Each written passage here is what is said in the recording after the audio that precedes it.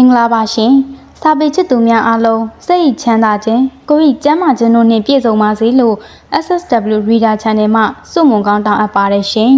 ယခုဖတ်ပြပေးမယ့်စာအုပ်ကလေးကတော့စာရေးသူမောင်မြင့်ကျွဲဤတစေဝတ္ထုတိုလေးများပဲဖြစ်ပါတယ်ရှင်ဤစာအုပ်ကိုနားဆင်စေလိုရန်ဖတ်ပြရခြင်းဖြစ်ပါသည်စာအုပ်ကောင်းများကိုပုံမှန်တင်ဆက်ပေးမှာဖြစ်လို့နားဆင်နိုင်ရန် Channel လေးကိုလည်း Subscribe လုပ်ထားဖို့မမေ့နဲ့နော်ကွယ်လွန်သူဤစန္ဒာCambridge တက္ကသိုလ် Emmanuel College ၏အုပ်ချုပ်ရေးအဖွဲ့ဝင်တဦးဖြစ်သော William Whitehead သည်1932ခုနှစ်တွင် Stone Ground နယ်မြေ၏ခရစ်ယာန်အသင်းတော်ဘုန်းတော်ကြီးဖြစ်လာခဲ့သည်သူသည်23နှစ်ကြာတာဝန်ထမ်းဆောင်ပြီးနောက်ကျမ်းမာရေးချို့ယွင်းလာသဖြင့်ဗတ်မြို့သို့တွားရောက်၍စိတ်ကူတာမှုခံယူခဲ့သည်တို့ရာတွင်ဘဝညီကုံအဆုံးသတ်ချိန်နှင့်ညီးကပ်နေပြီဟုသမားတော်ကြီးကအသိပေးပြောကြားလိုက်သည်ဤတွင်ဝီလီယံဝိုက်ဟက်သည် Stone Ground ၌ပင်ခေါင်းချရန်ပြန်လာခဲ့သည်သူသည်မကြသေးမီကအသင်းတော်ပိုင်းပန်းချံနှင့်ကလျက်ရှိနေသည့်မြေခွက်တစ်ခွက်ကိုဝယ်ယူထားခဲ့ရာအဆိုပါမြေကို Stone Ground တွင်ဆက်လက်တာဝန်ထမ်းဆောင်ကြမည့်ဘုန်းတော်ကြီးများကိုထာဝရလှူဒန်းပါကြောင်း၎င်း၏တေတန်းစာ၌ရေးသားလှူဒန်းခဲ့သည်ထို့အပြင်တေတန်းစာနောက်ဆက်တွဲကိုရေးသား၍၎င်း၏စာကြည့်တိုင်းမှစာအုပ်အလုံးကိုပါလှူဒန်းခဲ့လေသည်ထို့နောက်နှစ်ပေါင်း40ကြာသောအခါ၎င်းလိုနှစ်သက်ခဲ့သည့်နေအိမ်ကိုဖြိုချပြီးဖုန်းတော်ကြီး James ဒီပိုင်းကအသစ်ပြန်၍စောက်သည်ထို့နောက်1850မတိုင်မီဖုန်းတော်ကြီး Robert Dougherson က William Whitehead လှူဒန်းခဲ့သောခြံမြေနှင့်အသင်းတော်ပိုင်းပန်းချံတို့ကိုပေါင်းစည်းပြီးတစ်ပင်များကိုစိုက်ပျိုးထားလိုက်လေသည်အစစအရာရာပုံစံများပြောင်းလဲသွားခဲ့ပါသည်တို့ရာတွင်လက်ရှိဖုန်းတော်ကြီးသတင်းသုံးသည့်အဆောက်အအုံပထမထပ်တွင်ဝီလီယံဝိုက်ဟက်လှူဒန်းခဲ့သောစာအုပ်များသည်ချစ်မြတ်နိုးသည်ကိုခံနေရစေဖတ်ရှုသည်ကိုခံနေကြရစေပင်ဖြစ်သည်ဝီလီယံဝိုက်ဟက်ကွယ်လွန်ပြီးနှစ်ပေါင်း150ကြာသောအခါထိုစာအုပ်များသည်၎င်းတို့ကိုတာသမီများကဲ့သို့ချစ်ခင်သောမစ္စတာဘတ်ချဲဆိုသူ၏လက်ထဲသို့ရောက်ရှိနေလေသည်မစ္စတာဘတ်ချဲကတကိုယ်ရည်တကားရသမားဖြစ်သည်အိမ်မှုကိစ္စတာဝန်လဲနဲပါသူဖြစ်သောကြောင့်ဝီလီယံဝိုက်ဟက်ကဲ့သို့ပင်စာအုပ်များကိုလှန်တော်ပြီးဖတ်ရှုနေလေရှိသည်စာဖတ်ခန်းသည်တောင်ဘက်အရက်သို့မျက်နှာမူထားသည်ဖြစ်ရာစောင်းရသည်ဤနေသာသောနနက်ခင်းများတွင်သူသည်တက်တောင့်တက်တာဖြင့်စာဖတ်ခန်းထဲတွင်နေထိုင်လိရှိသည်စာရေးစပွဲငယ်ကလေးတွင်စာရေးသားလိုက်ခက်မြင့်မြင့်စာရေးစပွဲတွင်မတ်တက်ရက်၍စာဖတ်လိုက်နှင့်ကြည်နိုးပဲကောင်းသည်စကြက်ကြီးတဲ့သို့ရောက်ရှိနေသည်နွားထီးကြီးတကောင်အလားစားအုပ်များကိုကောင်းမပေါ်ပဲငုတ်ပြီးဖက်နေလေရှိသည်မစ္စတာဘတ်ချဲသည်အဲ့ဒီအနေနဲ့သူဖြစ်သည်စာဖတ်ခန်း၏တစ်ဖက်တစ်ချက်စီတွင်စာဖတ်ခန်းတဲ့သို့ဝင်နိုင်သည်အခန်းတစ်ခန်းစီရှိနေကြသည်မစ္စတာဘတ်ချဲကအချိန်မရွေးစာဖတ်တတ်သူဖြစ်သောကြောင့်အခန်းတစ်ခန်းကို၎င်း၏အိတ်ခန်းဖြင့်အသုံးပြုထားသည်ညအချိန်တွင်စာဖတ်ခန်းတဲ့သို့အချိန်မရွေးလာနိုင်အောင်စာဖတ်ခန်းထဲရှိစာရေးစပွဲငယ်ပေါ်၌ဖျောင်းတိုင်နှင့်မိချစ်တို့ကိုအစင်သစ်ထားလေရှိသည်ထိုကဲ့သို့စာဖတ်ခန်းနှင့်တစ်ဆက်ထဲနေထိုင်မှုကအစင်မပြေမှုကလေးများရှိတတ်သည်ညအခါတွင်စာအုပ်များအကြား၌လူတစ်ယောက်လျှောက်သွားနေသည့်အတန်မျိုးကိုကြားနေရတတ်သည်အိမ်အိုကြီးဖြစ်သောကြောင့်ထိုခန်းထဲမှအတန်ပလန်များလည်းအလိုလိုပေါ်ထွက်နေတတ်သည်ဖြစ်ရာ၎င်းကတကူးတကစစ်ဆေးမနေတော့ပါအလဲလာသောဧည့်သည်များအနက်စာဖတ်ခန်းနှင့်ကလျက်အခြားအခန်းတစ်ခန်းတွင်အိပ်ဆက်နေသူများကနနက်စာစားကြသည့်အချိန်တွင်နနက်2 နာရီလောက်ကအိမ်ရှင်မစ္စတာဘတ်ချဲ၏အတန်ကိုစာဖတ်ခန်းထဲမှကြားကြရသည်ဟုပြောတတ်ကြသည်ထိုအချိန်မှသူသည်အိမ်ရပေါ်မှပင်မထခဲ့တော့လဲငြင်းမနေတော့ပါထိုကိစ္စကသူ့အားမိတို့မြစိတ်နှောက်ယှက်မပေးခဲ့ပါ1909ခုနှစ်ခရစ်စမတ်မတိုင်မီညတွင်မစ္စတာဘတ်ချဲသည်ခရစ်စမတ်နေ့၌ဆောင်ရွက်ရန်ရှိသောများပြားလာသည့်ကိစ္စများကြောင့်နှစ်ချိုက်ချိုက်အိပ်ပျော်လိုသောစိတ်ဆန္ဒရှိခဲ့သည်တို့ရာတွင်အိပ်၍မပျော်ဘဲမျက်စိကြောင်နေသည်သူကတည်င်းပေါက်များတွင်ခန်းစီတက်လေမရှိသောကြောင့်ထုံလင်းသောလရောင်ကအိတ်ခမ်းထဲ၌ကြာရောက်နေသည်လေပြေလေညင်းကလေးကလည်းတိုက်ခတ်နေသည်စာဖတ်ခန်းထဲ၌လူတစ်ယောက်သွားလာလှုပ်ရှားနေတန်ကိုလည်းတိတိတသာကြားနေကြသည်သူကအိပ်ပျော်စေမိနည်းများကိုတွေးတောနေရင်းမှပင်မြို့၏နာရီစင်မှာည7 နာရီထိုးသောနာရီတန်ကိုကြားလိုက်ရသည်ထိုအချိန်တွင်မျက်စိကျဲနေပြီဖြစ်သောကြောင့်အိပ်ယာမှထလိုက်ပြီးအစင်သိရှိနေသောဝိယုံရှိကြီးကိုဝတ်ဆင်လိုက်သည် ထို့နောက်အိတ်ရှင်စိတ်ပေါ်လာအောင်စာနှဲငယ်ဖတ်ပြီးဆိုသောရည်ရွယ်ချက်နှင့်စာဖတ်ခန်းထဲသို့ဝင်လိုက်သည်ဤအချိန်တွင်လာမင်းကြီးသည်တောင်ဘက်အရက်သို့ကျော်လွန်သွားပြီဖြစ်သောကြောင့်လာရောင်လင်းထိန်နေသော၎င်း၏အိတ်ခမ်းနှင့်နှိုင်းယှဉ်ပြီးဆိုပါကစာဖတ်ခန်းသည်မဲမောင်နေလေသည်သူသည်ပြတင်းပေါက်နှစ်ပေါက်ကိုခက်ရေးရေးမျှသာမြင်နေရပြီးအခန်းထဲ၌ရှိသောပရိဘောဂများကိုလည်းမမြင်ရချေသူကစာရေးစပွဲလေးစီသို့စန္ဒဝဝနှင့်လျှောက်လာခဲ့ပြီးစပွဲငယ်ကလေးပေါ်၌အမြဲတင်ထားလေးရှိသောမိချစ်နှင့်ဖျောင်းနိုင်တို့ကိုလက်နှင့်ဆန်း၍ရှာလိုက်သည်မိသည့်ပစ္စည်းများရှိမနေပါစာအုပ်စင်များပေါ်၌တခါတရံတွင်မိချစ်ကိုမှားယွင်း၍တင်ထားတတ်သည်ထို့ကြောင့်လက်ကိုမြောက်၍စာအုပ်စင်စီသို့တိုးလာခဲ့သည်တို့ရာတွင်သူကလက်ကိုမြောက်ထားစင်မှာပင်သူ့လက်ထဲသို့မိချစ်ဘူးကလေးအားတဦးဦးကညှင်သာစွာထည့်ပေးလိုက်လေသည်ထို့ဖြစ်ရကမထုံတက်သေးနိုင်လာသည်မစ္စတာဘတ်ချဲလိုပုဂ္ဂိုလ်မျိုးကိုပင်ထိတ်လန့်သွားစေသည်ဖြစ်ရာ၎င်းကအထိတ်တလန့်နှင့်ဘသူလဲဟေးဟုမေးလိုက်မိသည်ဖြေတံပေါ်မလာပါ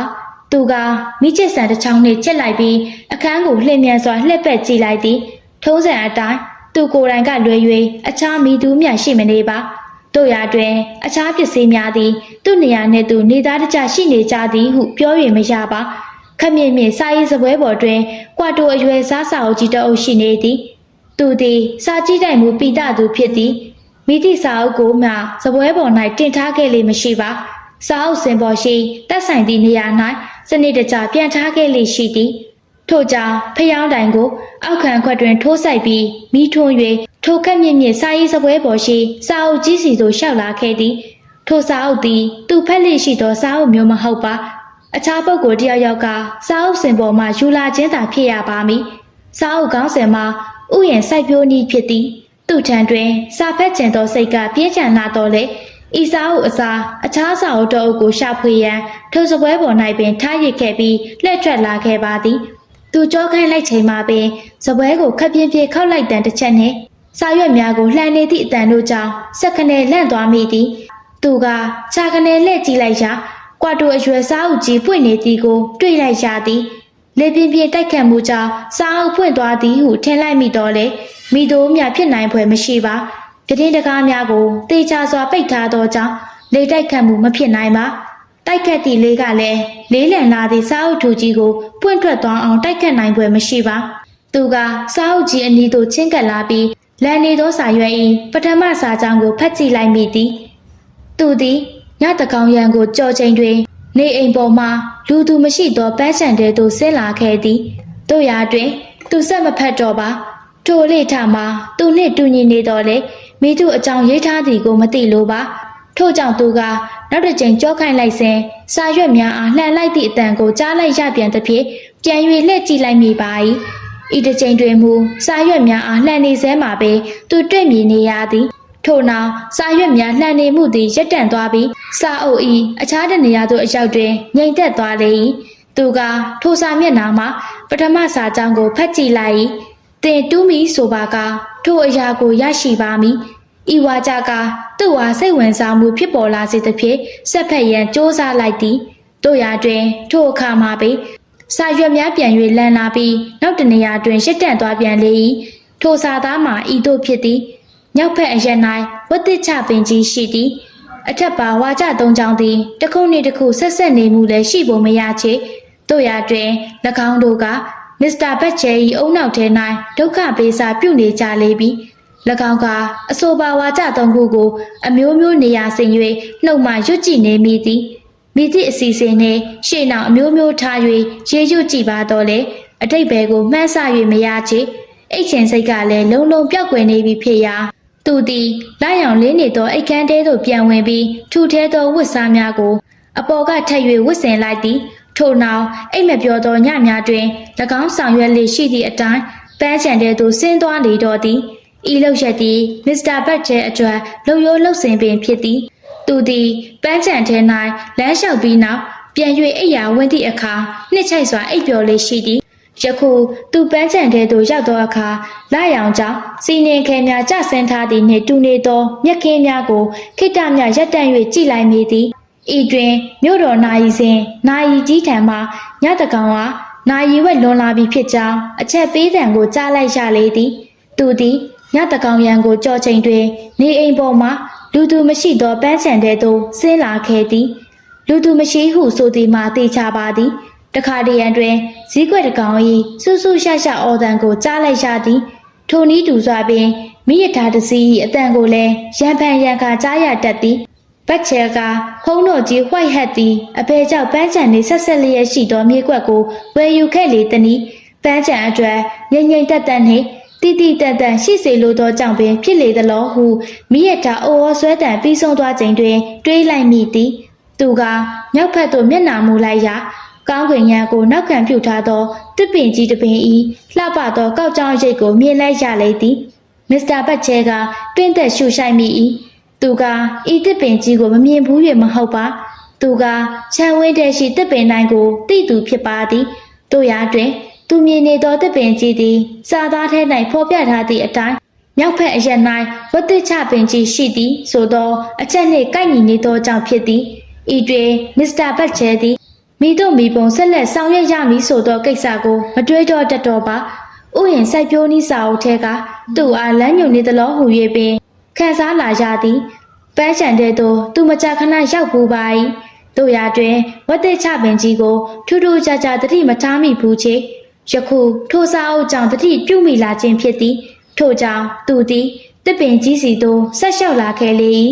တစ်ပင်ကြီးအနီးသို့ရောက်သောအခါစိတ်တူစရာကောင်းသောကိစ္စတစ်ခုကိုမြင်လိုက်ရသည်၎င်းကဲ့သို့ပင်အလုံလောက်ကင်ရ၌အလွန်စိတ်ချရသောထို့အပြင်စီးစနစ်လည်းရှိသောဥယျာဉ်မှုသည်ယခုလုပ်ငန်းသုံးပစ္စည်းတစ်ခုကိုနေရာတကျပြန်လည်သိမ်းဆည်းခြင်းမပြုဘဲထားရစ်ခဲ့လေပြီဝတ်တစ်ချပင်ကြီးပင်စီတွင်ထောင်ထားသောပစ္စည်းမှာဂေါ်ပြားတစ်ချောင်းဖြစ်သည်ထိုဂေါ်ပြားကိုခြံသုံးပစ္စည်းများထားသည့်နေရာ၌ပြန်ထားရမည်ဖြစ်ရာမစ္စတာဘတ်ချဲကကောက်ကင်လိုက်သည်တို့ရာတွင်ဂေါ်ပြားကသူ့စီသို့ပမလာပါထို့ကြောင့်သူကနောက်တစ်ချိန်လက်နှစ်ဖက်နှင့်ဆုပ်ကန်၍ဆွဲယူလိုက်ပြန်၏ထိုဂေါ်ပြားသည်စီးနှင်းခဲများကြောင့်မာနေပုံရသောမြေကြီးပေါ်မှဆွဲနှုတ်၍မရပါဤတွင်သူကဆက်လျှောက်သွားတော့မည်ဟုစိတ်ကူးလိုက်ပါ၏တို့ရာတွင်ဥယျာဉ်စိုက်ပျိုးနည်းစာအုပ်ကြီးထဲမှနောက်ထပ်စာတစ်ကြောင်းကိုပြန်၍တွေးလိုက်မိလေသည်တင်တူးမီဆိုပါကထိုအရာကိုရရှိပါမည်ဤတွင်လွတ်လွတ်လပ်လပ်နေထိုင်လေးရှိသောမစ္စတာဘတ်ချဲ၏ပုံစံသည်ပျောက်ကွယ်သွားခဲ့လေပြီ၎င်း၏လက်ထဲသို့လွယ်ကူစွာပါလာသောဂေါ်ပြားကိုစုပ်ကိုင်ပြီးမြေကြီးကိုစတင်၍တူးနေလေပြီ၎င်း၏နှုတ်မှလည်းငါကတော့ဒီဂေါ်ပြားနဲ့ငါးကပဲကော်မယ်အဲ့ဒါထက်မပူစေရဘူးဒီကိစ္စကရွတ်တို့မိုက်မဲမှုပဲဟုရေရွတ်လိုက်မိသည်မစ္စတာဘတ်ချဲကမြေကြီးကို၅ချိန်တီတီကော်ပြီးနောက်ထိုမြေကြီးပုံကိုဖြန့်၍ပါလာသောပစ္စည်းများကိုကြည့်လိုက်သည်ရွှေတင်ကားများလက်ဝတ်ရတနာများစသည်တို့ကိုမတွေ့ရပဲလူတစ်ယောက်၏အပြင်ပန်းလက်ဖြံရိုးတစ်ချောင်းကိုသာတွေ့လိုက်ရလေသည်ဤနေရာ၌လူအယိုးများကိုရှာဖွေတွေ့ရှိရခြင်းသည်တကယ်တော့မဆန်းလာပါမကြသေးခင်ကဖျားရှိကိုကြောင်းဝဲတွင်၌တူးပေါ်ခဲ့ရာအယိုးပေါင်းမြောက်များစွာကိုတူးပေါ်ရရှိခဲ့သဖြင့်ထိုအယိုးများကိုစုဆောင်းကောက်ယူပြီးရိုးရိုးတည်တည်လေးလေးဆဆနှင့်ပြန်လည်၍မြုပ်နှံပေးခဲ့ပြီးဖြစ်ပါသည်မြေကြီးများနှင့်ပေးရည်နေသောလက်ပြန်ရိုးတစ်ချောင်းကမူမျက်စိမှောက်ပြီးကြံ့ရစ်ခဲ့ပွဲရှိသည်ဖျားရှိကိုကြောင်းဝင်းထဲမှမြေကြီးအချို့ကိုပန်းချံဝင်းထဲသို့တဲထုတ်ယူခဲ့စဉ်ကဤလက်ပြန်ရိုးသည်လည်းမြေကြီးများနှင့်ရောနှော၍ပါသွားခဲ့ပုံရသည်မစ္စတာဘတ်ချယ်သည်၎င်း၏ဆိုစားကကြီးပြီးဆုံးသွားပြီဖြစ်သောကြောင့်ဝမ်းမနေပဲဝမ်းသာမိသလိုပင်ဖြစ်နေလေသည်လူအယိုးများကိုပြန်လည်သိမ်းထားသည့်လုပ်ငန်းသည်မစ္စတာဘတ်ချယ်၏တာဝန်ပြီးဖြစ်ရာဤအယိုးကိုလည်းသာသနာနယ်မြေထဲ၌ပြန်လည်မြုပ်နှံပေးရန်သူဆုံးဖြတ်လိုက်သည်အချိန်ကာကလည်းတင့်လျော်နေပါသည်သူမအိတ်ချင်သေးပါဤတွင်သူသည်အယိုးနှင့်ကောပြားတို့ကိုလက်တစ်ဖက်စီတွင်ကန်၍ဖျားရှိကိုကြောင်းဝင်းထဲသို့ဝင်ရောက်ခဲ့သည်ထိုအချိန်တွင်လာရောင်ကလည်းထိမ့်ထိမ့်သားနေစေဖြစ်ရာသူသည်ဂေါ်ပြားနှင့်တူးဆွ၍ရသောနေရာတစ်နေရာတွင်18လက်မအထိနှံ့အောင်မြေချင်းတူ၍ထိုရိုးကိုတိတ်ခါရှိစွာမြုပ်နှံပေးလိုက်လေသည်၎င်း၏လုပ်ငန်းပြီးစီးချိန်တွင်နှစ်နှစ်တနာရီထိုးတံကိုကြားလိုက်ရသည်သူကဂေါ်ပြားကိုပန်းချံတဲ့ရှိကရိယာများထားသောနေရာ၌ပြန်ထားလိုက်၏ထိုအချိန်တွင်အိတ်ချင်စိတ်ကခိုးဆောင်ခိုးဝဲနှင့်ရောက်ရှိလာလေတော့သည်သူကအိမ်ပေါ်သို့ပြန်တက်ပြီးအိတ်ခမ်းထဲသို့ဝင်၍အင်ဂျင်ဝတ်စားများကိုလဲလှယ်ဝတ်ဆင်လိုက်သည်ပြီးမှဖျောင်းနိုင်တတိုင်ကိုထွန်၍စာဖတ်ခန်းထဲသို့ဝင်လာ၏သူသည် ဥယျာဉ်စိုက်ပျိုးနည်းစာအုပ်ထဲမှစာကြောင်းများကိုပြန်၍ဖတ်ရှင်စိတ်ဖြစ်ပေါ်နေသည်ထိုခန်းထဲ၌အံ့ဩစရာကိစ္စတစ်ရပ်ကိုကြုံတွေ့လိုက်ရ၏ထိုစာအုပ်ကြီးကိုတင်ထားခဲ့သောခက်မြင့်မြင့်စာရေးစပွဲပေါ်၌မိသည့်ပစ္စည်းများရှိမနေတော့ဘဲရှင်းနေပါသည်ဥယျာဉ်စိုက်ပျိုးနည်းစာအုပ်ကြီးသည်စာအုပ်စင်ပေါ်၌သူ့နေရာနှင့်သူပြန်လည်ရောက်ရှိနေခဲ့ပါပြီဤတွင်မှာမစ္စတာဘတ်ချဲကသူကင်တွယ်ခဲ့သောအယိုးမှာဖုံးတော်ကြီးဝီလီယံဝိုက်ဟက်၏အယိုးဖြစ်ကြောင်းဝိုက်ဟက်၏ဆန္ဒအတိုင်း၎င်းကဆောင်ရွက်ပေးခဲ့ရခြင်းသာဖြစ်ကြောင်းသဘောပေါက်လိုက်မိလေတော့သည်